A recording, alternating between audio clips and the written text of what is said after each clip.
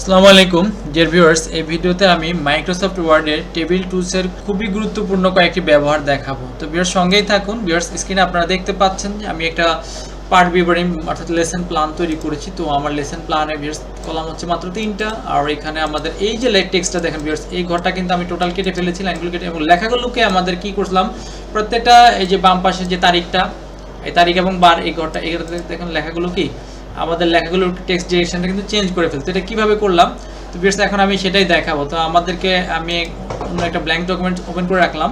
এখন এখান থেকে ইনসার্ট থেকে আমরা 3টা কলাম ড্র করব, 3টা কলাম ও একাধিক রো হবে। তো আমার এখানে প্রথমে ছিল তারিখ ও বার, আমি এখানে বাংলা করে নিলাম,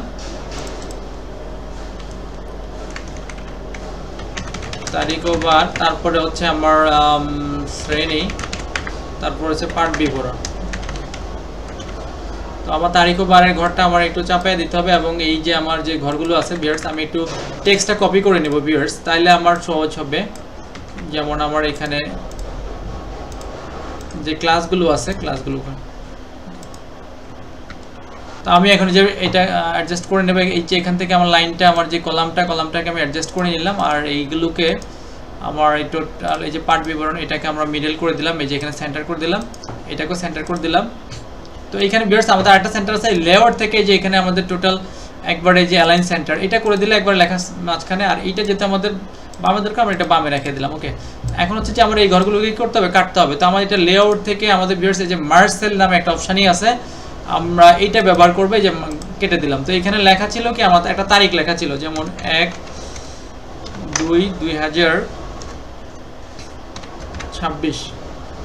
ওকে, তো এইটাকে আমাদের কি করতে হবে, যখন ধরে নিলাম এটা শনিবার, তো এই টেক্সটটাকে আমাদের চেঞ্জ করতে ভুলে যেতে। এটার জন্য আমাদেরকে যেটা করতে হবে যে টেক্সট ডিরেকশন ভিউয়ার্স, এই যে এখানে লেআউটের অধীনে একটা টুলস আছে টেক্সট ডিরেকশন। তো আমি এটাতে ক্লিক করলাম, এটাতে একবার ক্লিক করার পরে আমাদের যেভাবে দরকার ছিল ঠিক উল্টোটা হয়েছে। আরেকবার ক্লিক করলাম, ভিউয়ার্স দেখেন যে ঘুরে গেছে টেক্সট ডিরেকশনটা, আরেকটা বার করাতে টেক্সটটা ঘুরে গেল।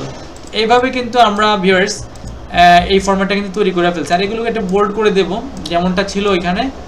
ওকে, তাহলে কিন্তু আমাদের কাজটা কিন্তু হয়ে গেল। তো এখানে কি কি কাজ করলাম, আমরা মার্জ টুলের ব্যবহারটা দেখলাম।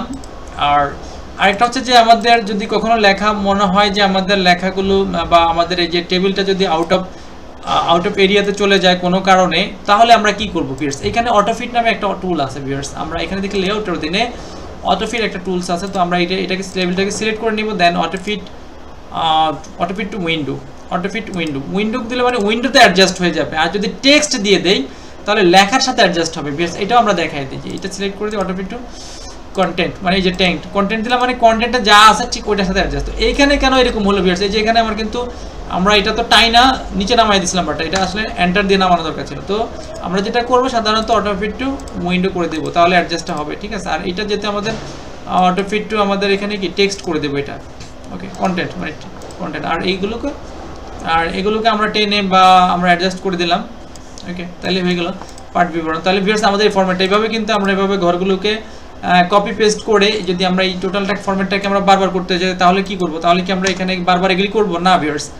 এই যে ফরম্যাটটাকে আমাদের দরকার, এইখান থেকে সিলেক্ট করে নিলাম, দেন এই যে নিচে কার্সর রেখে পেস্ট করে দিলাম। এইভাবে কিন্তু ঘরগুলো কিন্তু তৈরি হয়ে যাচ্ছে। তো এইভাবে আমরা দেখা যাচ্ছে অসংখ্য এরকম ফরম্যাট তৈরি করতে পারবো। তো ভিউয়ার্স এটা ছিল আমাদের যে নির্ধারিত যে ফরম্যাটের কথা বললাম ভিউয়ার্স এটা। তো আরেকটা ফাংশন আমরা এখানে, আরেকটা গুরুত্বপূর্ণ তথ্য আমরা এখানে কাজ দেখব। তো ভিউয়ার্স আমরা আরেকটা টিপস দেখব, খুবই গুরুত্বপূর্ণ টিপস। এটা হচ্ছে কি টেক্সটকে আমরা কিভাবে, এই যে এখানে কতগুলো টেক্সট আছে, এই টেক্সটগুলোকে আমরা কিভাবে টেবিলে রূপান্তর করব। তো ভিউয়ার্স সেজন্য আমাদের যেটা করতে হবে, এই টেক্সটগুলোকে আমরা দেখি প্রথম সিলেকশন করে নিতে হবে, দেন আমরা ইনসার্ট থেকে এই যে টেবিল অপশনে চলে যাব, টেবিলে গিয়ে যে table convert text to table, তো আমরা এটাতে চলে গেলাম। এইখান থেকে আমরা যেটা করব, আমাদের মূলত কলাম দরকার কয়টা ভিউয়ার্স, কলাম কিন্তু 2টা দরকার। আমরা এই যে কমার পরে যেটা আমরা শ্রেণী একটা কলামে থাকবে, নাম একটা কলামে থাকবে, তো এটা 2টা হয়ে গেল। আর রোটা কিন্তু অটোমেটিকলি ক্যাচ করে নিয়েছে ভিউয়ার্স, রো কয়টা, 1 2 3 4 5 6 6টা, এখানে কিন্তু আমাদেরকে কিছুই করার নাই। তা আমাদের এখানে viewers separate text as automatically কিন্তু নিয়ে নিয়েছে এখানে কি কমাস, মানে কমাতে সে কি করবে, কমাগুলোকে সেপারেট করে সেগুলো টেবিলে ঢুকিয়ে দেবে। তো ওকে দিয়ে দিলাম ভিউয়ার্স, দেখতে পাচ্ছেন যে আমার কিন্তু এই টেবিলটা তৈরি হয়ে গেল। এখন আমাদের যেটা করা দরকার সেটা হচ্ছে রাইট বাটন ক্লিক করে অটোফিট করে দেবো। এখন অটোফিট এখানে হচ্ছে আমার এই যে কন্টেন্ট করে দিলাম, অটোফিট কন্টেন্ট করে দিলে একবার অ্যাডজাস্ট হয়ে গেল।